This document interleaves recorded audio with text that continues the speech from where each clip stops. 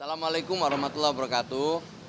Alhamdulillah saya hari ini bisa melapor ke Presiden tentang berbagai perkembangan yang kami rencanakan kaitannya dengan penyelenggaraan sekolah rakyat yang rencananya akan dimulai pada tahun ajaran 2025-2026.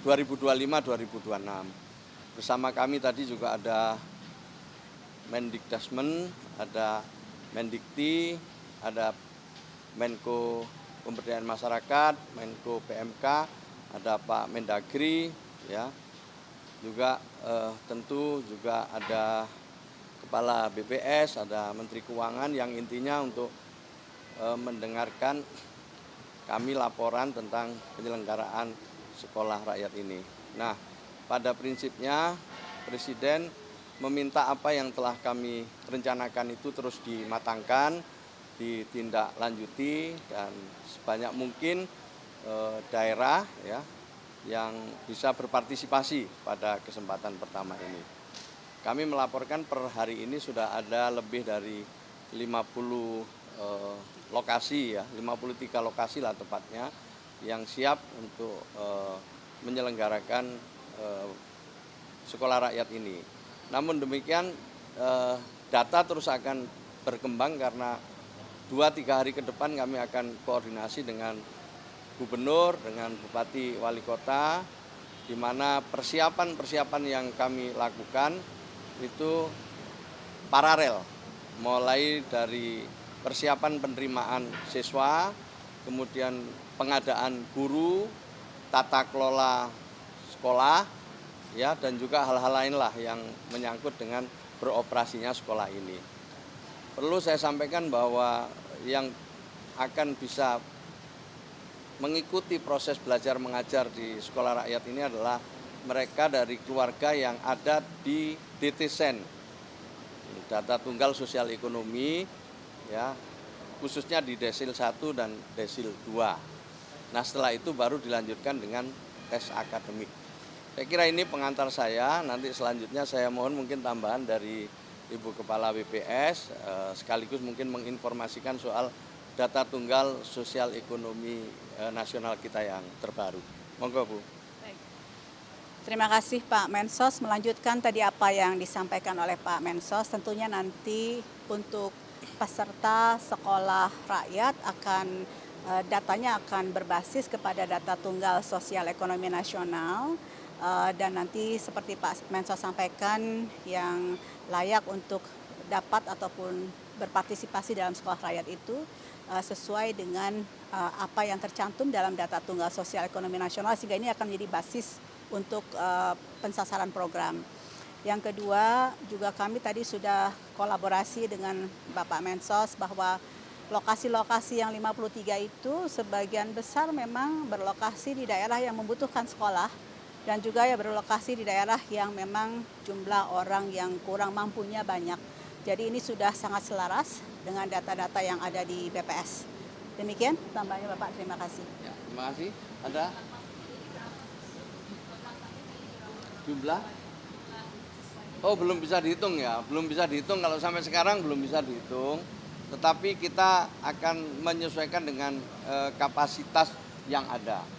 Kalau ini sementara dari 53 itu sementara yang saya dapat tadi lebih dari 2.500 siswa untuk keseluruhan.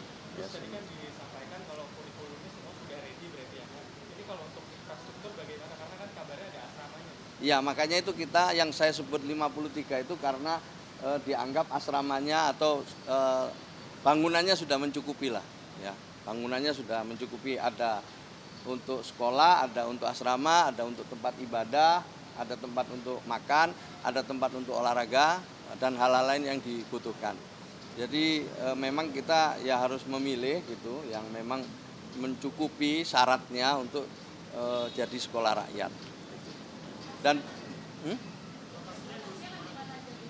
lokasinya ada macam-macam ya, nanti saya kirim aja ya. Jadi karena cukup ya, ada di Jawa Timur, ada di Jawa Barat, ada di Jawa Tengah, ada di NTT, ada di Kalimantan juga ada, di Papua juga ada. Jadi agak merata ini karena memang mayoritas memang berada di sentra-sentra milik Kementerian Sosial. Nah, tapi yang tadi sudah saya sampaikan ada 2 universitas yang sudah menyatakan komitmennya untuk menyiapkan fasilitas ya, termasuk bangunan di dalamnya, itu penyelenggaraan sekolah rakyat yang dimulai tahun ini, yaitu Universitas Brawijaya Malang dan UNESA Surabaya. Itu mungkin juga nanti akan bertambah setelah Mendikti nanti melakukan koordinasi lebih lanjut. Ya nanti disesuaikan kebutuhannya lah.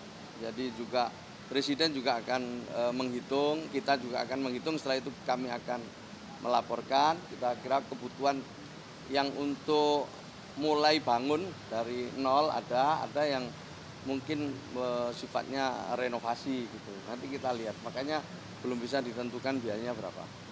Ya, gitu ya. Belum tahu kalau sekarang, tapi yang ada semua yang existing ini ya, yang sekarang ini yang ada ini yang existing. Belum ada beberapa kabupaten kota yang sudah menawarkan tanah ya untuk dibangun, itu sudah ada. Nantilah mungkin dalam seminggu 2 minggu lagi nanti akan ada perkembangan, saya akan sampaikan.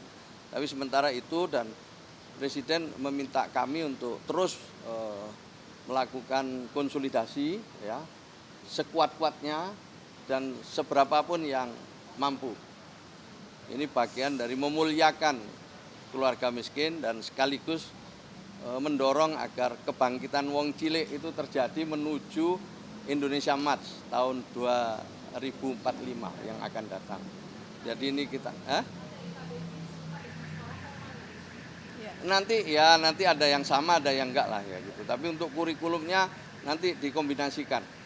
Kurikulumnya nanti dikombinasikan, sedang dibahas secara serius oleh tim.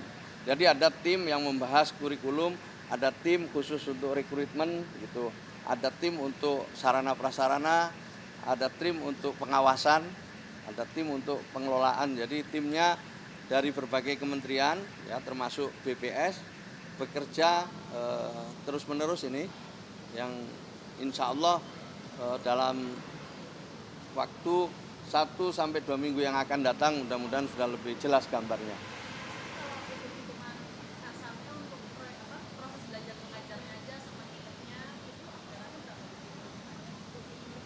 Memang idealnya itu ini kan untuk jenjang SD, SMP, SMA ya kan. Dan alokasinya itu kira-kira ya 1.000 murid per satu sekolah. Ya belum bisa dihitung. Ini lagi tadi Menteri PU juga hadir untuk ikut menghitung. Ya kan yang renovasi, yang penambahan dengan yang baru kan beda.